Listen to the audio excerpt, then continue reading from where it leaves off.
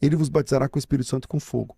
E aí a pessoa entende que batismo com o Espírito Santo e com fogo é sempre coisa como uma bênção, mas com o fogo não. Fala, meu povo, como que vocês estão? Espero que todos estejam bem. Hoje nós queremos falar a respeito do batismo com o Espírito Santo, o mover do Espírito Santo. E tem até um vídeo também aí que está gerando já polêmica, como vocês sabem, aqui na internet, que é a respeito do pastor César Cavalcante falando a respeito do batismo com fogo e o batismo com o Espírito Santo. Gente, Os fariseus e saduceus que vinham ao seu batismo disseram, raça de víboras. Então para quem ele está falando? Para perdidos. E fariseu e saduceu é o tipo das pessoas que perseguem. também você irá acompanhar um debate falando a respeito desse assunto. O Espírito Santo, quando a pessoa recebe a presença, ele derruba as pessoas. Olha, dá um tema muito interessante. Nós já vamos acompanhar, mas antes, você que é novo por aqui, não se esqueça, deixa a sua curtida nesse vídeo, inscreva-se no canal e ative o sino das notificações. Olha só, a nossa meta para esse vídeo é 400 likes. Gente, vamos lá, nos dê essa força aí e deixa aqui abaixo o seu comentário também, a sua visão bíblica a respeito desse assunto. Sem mais delongas, vamos acompanhar. Texto, né, justamente sobre o Espírito Santo e tal, a gente ouve muito falar sobre o batismo no Espírito Santo. Você, né, muitos pregadores, quando você vai a algumas igrejas, eles pregam a palavra e após, né, eles ministrarem ali a palavra, após pregarem, eles chamam todo mundo, ó, venham aqui na frente que eu quero fazer uma oração. Quem aqui não é batizado no fogo ainda? Levanta a mão. Espírito Santo com fogo. No isso aí. Espírito Santo com fogo. Aí, ó, quem não foi, levanta a mão, vem pra frente, ele ora, e aí ele diz, ó, vocês serão batizados no fogo com o Espírito Santo. Essa expressão, ela é bíblica, ela existe de fato, essa questão do batismo do Espírito Santo com fogo? Olha só, Yang, é muito interessante a sua pergunta. A sua pergunta nasce lá do texto de Mateus 3,11. Tem um texto correlato lá de Lucas, tal, mas o texto base é Mateus 3,11. Que lá diz assim, João o Batista diz assim, eu vos batizo com água para arrependimento, mas aquele que vem depois de mim é mais poderoso que eu, cujas sandálias não sou digno de levar, ele vos batizará com o Espírito Santo com fogo. E aí a pessoa entende que batismo com o Espírito Santo e com fogo é sempre coisa como uma bênção. Com uma sim. É sempre uma bênção, mas vamos lá. É óbvio que o batismo com o Espírito Santo é uma bênção, mas com o fogo não. Então, não São existe. batismos diferentes. Vamos lá. As regras da hermenêutica, para você interpretar um texto, é o seguinte. Primeiro, quem fala? O que fala? Para quem fala? Quando fala? Como fala? O que fala? Então, se a gente pegar essas regras, por exemplo, quem fala esse texto? João o Batista. Tá. Para quem ele fala? O versículo 7 diz assim, vendo ele muitos fariseus e saduceus que vinham ao seu batismo, disse-lhes, raça de víboras. Então, para quem ele está falando? Para perdidos. Porque fariseu e saduceu é o tipo das pessoas que perseguem a Cristo.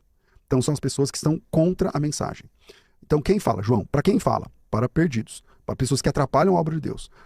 Onde fala? Na beira do Rio Jordão. O que fala? O que ele está falando? Vamos lá, versículo 7. Raça de víboras, quem vos induziu a fugir da ira vindoura? O que é a ira vindoura? É bênção? Não. Não. É o dia do juízo e tal. Produzam frutos de arrependimento e tal. Versículo 10. O machado está posto na raiz da árvore. A árvore que não produz fruto é cortada e lançada no fogo. Esse fogo é bênção? Não. Não. A árvore que não dá fruto vai para o fogo. Esse fogo é fogo de perdição. Aí vem o 11, que é o texto em questão. Pula o 11, vamos pro 12. A sua pá ele tem na mão, limpará completamente a sua eira, recolherá o trigo no celeiro e queimará a palha com fogo que nunca se apagará. Que fogo é esse? Fogo de bênção? Não, fogo de juízo. Porque somente o versículo 11 é um fogo de bênção. Então ele vem falando de fogo o tempo todo. Então vamos lá, quem fala, João? Onde fala? O Rio Jordão. Para quem fala? Perdidos. O que fala? Ele está falando do juízo o tempo todo. Por que só no versículo 11 esse fogo é fogo de bênção? Ele fala de juízo no versículo 7, fala no versículo 8, fala no versículo 10, fala no versículo 12, por que só o 11 é bênção? Aí vem a pergunta, tá, se não é bênção, o que significa isso? Então vamos lá. O versículo 11 é como se fosse o apelo. Sabe quando você prega e faz o apelo? Sim. O João Batista está fazendo aqui o apelo. Ele está dizendo assim, pessoal, não é porque você é judeu que você é salvo. Ele fala assim, não presumais de vós mesmos, dizendo, temos por pai Abraão, porque não é só porque você é filho de Abraão que você é salvo. Eu batizo vocês com água. O que é batismo? Batismo é imersão. Lembra? Batismo é imersão. O João está dizendo assim, eu posso imergir você na água. O máximo que eu posso fazer é imergir você na água. Mas aquele que vem após mim, Vos batizará. ele é mais poderoso do que eu. Ele não trabalha com água. Certo. Ele trabalha com o Espírito Santo e com fogo. Correto. O que você quer? Então... A gente tá Aquele que vem após mim, são duas opções. ele é mais poderoso do que eu. E ele vai batizar com o Espírito Santo e fogo. E fogo. E aí? A sua pá, o próximo versículo ele fala assim, a sua pá ele tem na mão. Ele vai limpar a eira, vai recolher o trigo no celeiro, o símbolo do salvo, o trigo vai guardar no celeiro, mas ele vai queimar a palha com fogo que nunca se apagará. Então quando ele diz assim, aquele que vem após mim é mais poderoso do que eu, ele está dizendo assim, eu trabalho com água. Se você quiser se converter, eu posso levar você até o rio, eu posso imergi-lo na água. Mas Jesus, aquele que vem após mim, ele não vai imergir ninguém na água. Ele vai imergir você no Espírito Santo. No Espírito Santo. Ou ele vai imergir você no fogo. E ele faz os dois. Por exemplo, quando a gente está estudando teologia, quando chega na pneumatologia, quem batiza com o Espírito Santo? Jesus. Quem é o batizador? Jesus. Mas quem é que vai imergir a alma do perdido no inferno no último dia? Quem é que vai dizer, apartai-vos de mim para o fogo eterno? É Jesus também. Ou seja, ele vai imergir o salvo no Espírito Santo, assim como ele vai lançar o perdido no fogo eterno. E só para fechar essa questão, porque eu sei que é uma questão que muita gente pensa diferente, veja que interessante. Em Atos dos Apóstolos, capítulo 1, na última mensagem de Jesus, antes de ser assunto aos céus, ele fala esse texto. Veja o versículo 5. Jesus diz assim, palavras de Jesus, porque João, na verdade, batizou com água, mas vós sereis batizados com o Espírito Santo não muito depois desses dias. Ou seja, aqui, quem está falando é Jesus. Quem fala? Jesus. Para quem fala? Só para os discípulos. Aqui ele não está falando para perdidos, então não tem fogo. Por exemplo, Jesus cita o texto de João, a fala de João lá em Mateus 3,11, mas ele omite a palavra fogo. Por quê? Porque aqui o grupo é de salvos. Ele não está mais falando para perdidos. Então ele fala assim, porque João, na verdade, batizou com água, uma referência lá a Mateus 3, mas vocês serão batizados com o Espírito Santo não muito depois desses dias. Não tem fogo.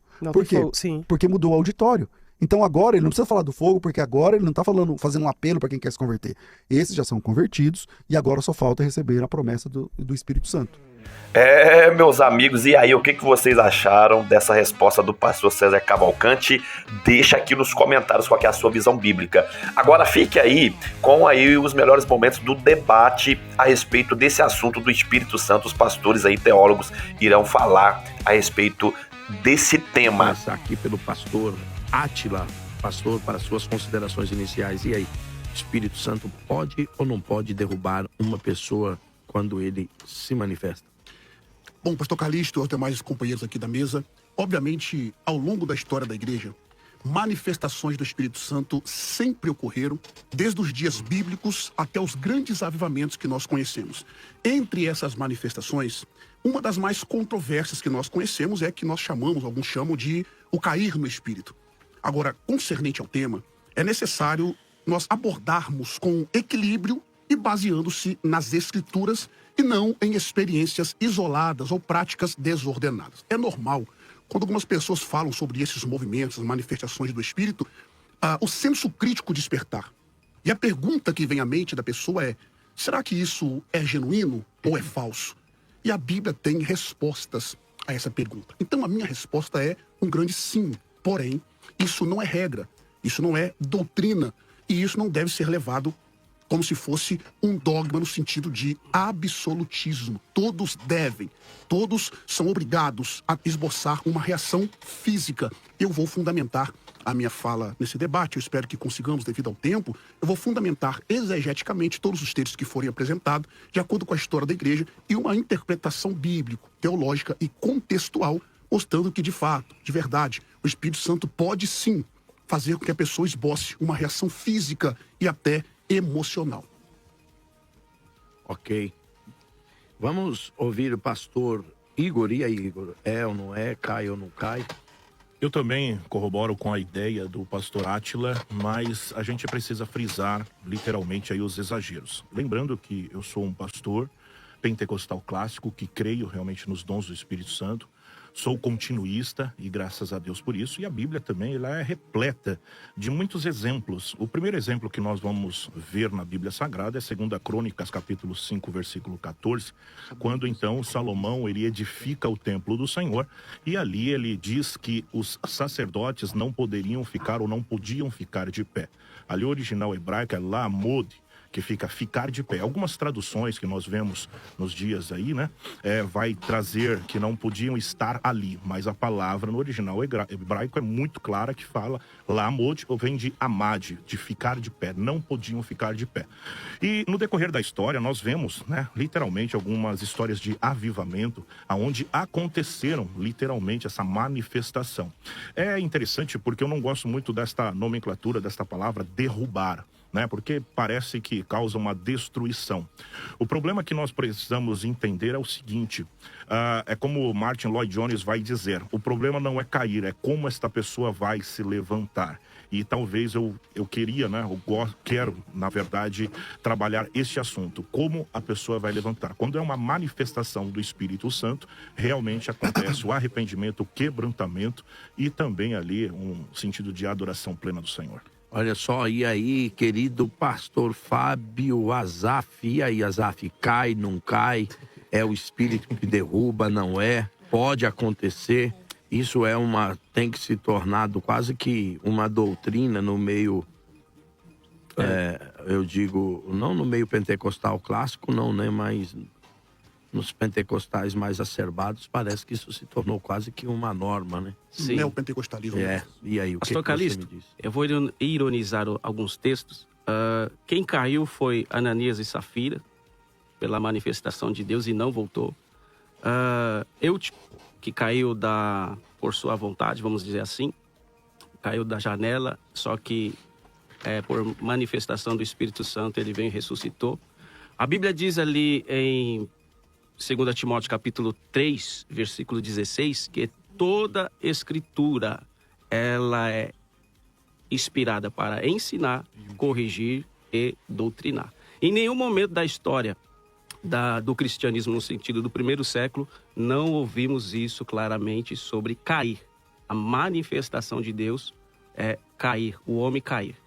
Então, eu sugiro que, como foi Atos dos Apóstolos, capítulo 17, verso 1, os bereanos, eles analisavam totalmente os fatos e também com as escrituras. E assim por diante, eu entendo que as manifestações são reais, mas nós precisamos rever essa nomenclatura de cair no Espírito. Olha só, e aí? Vamos ouvir ali agora, querido pastor Ney. Bom, o meu posicionamento a respeito disso é que existe 2 pontos. Primeiro, a falta de discernimento. Tem confundido muito o entendimento do mover do Espírito Santo. Porém, não anula o agir do Espírito Santo. Da mesma forma que nós temos os falsos. Os falsos não anulam os verdadeiros. Infelizmente, hoje, nós vivemos um evangelho viral de memes, falsos profetas. Tudo que ridiculariza o evangelho tem viralizado. Os verdadeiros, eles não viralizam. E por esse conhecimento, está cada vez mais extintos. E os falsos está cada vez mais manifestado a um ceticismo total. As pessoas não estão mais acreditando no poder do Espírito Santo. Uma outra vertente é que muitas igrejas deixaram de buscar o batismo do Espírito Santo, os dons espirituais, a manifestação do poder, porque nós somos num tempo que nós tínhamos vigílias, monte, isso daí o membro buscava, era a segunda fase da conversão. Então eu acredito sim, tenho experiência semanalmente, sábado mesmo agora, nós vamos estar na Praça da Sé. Nós já tivemos experiência de 3 tipos de pessoas que acontece esse tipo de situação. São pessoas que são ação do Espírito Santo, pessoas que têm ação demoníaca e pessoas que têm ação humana. Mas aonde que entra aí? O discernimento, que é uma das virtudes, um dos dons do Espírito Santo. Então nós não podemos anular este fato que é real, que todos nós, ou grande parte de nós, já vivenciamos, e eu tenho certeza que isso daí é um manifestar, sim, do poder de Deus. Querido Aleph, e aí, Aleph, cai, não cai, como é que é? O Espírito Santo, isso se torna quase que uma regra, Perfeito. regra, é esporádico, como é que é isso? Excelente. A temática propõe a seguinte pergunta: o Espírito Santo, ao se manifestar, pode derrubar as pessoas? É importante que se diga que a linha de pensamento que nós adotaremos ao longo deste debate parte do pressuposto de que é simplesmente descritivo e não prescritivo. Isso significa dizer que existem manifestações do Antigo Testamento, do Novo Testamento, ao longo da história da igreja, que propõem a experiência do denominado cair no Espírito. A grande diferença é a manifestação e o propósito. Somos sabedores que o contexto de 2 Crônicas, capítulo 5, versículo 13 e 14, Daniel, capítulo 10, versículo 9, Daniel, capítulo 8, versículo 1 ao 3, e também Atos Apóstolos, capítulo 4, versículo 31, e Atos Apóstolos, capítulo de número 9, nós temos a manifestação clara e evidente de que a manifestação daquele que é o Senhor e soberano de todas as coisas, ele se manifesta sabendo que a experiência, ela não pode virar doutrina, porque a doutrina em si, ela causa o que a Bíblia nos ensina para exortação, edificação e consolação. Dito isso, nós devemos separar o que é pentecostalismo clássico do neopentecostalismo. O pentecostalismo clássico, sabedores disso, ele tem a sua ênfase na manifestação do Espírito, na continuação dos dons espirituais e na liturgia cristocêntrica do culto. É muito importante que se diga que existem vários movimentos ao longo da história, mas o que prevalece é o que a Bíblia diz e nós vamos corroborar com isso neste debate. E aí, pessoal, o que vocês pensam, o que vocês acharam de todo esse assunto aí, de tudo que vocês ouviram no vídeo? Deixa aqui abaixo o seu comentário. Você que ainda não é inscrito no canal, dá essa força aí, inscreva-se. Vamos chegar a 25 mil inscritos. Dá essa força pra gente aí, tá bom? Você que ficou até aqui, muito obrigado por ter acompanhado o nosso... Até a próxima, gente!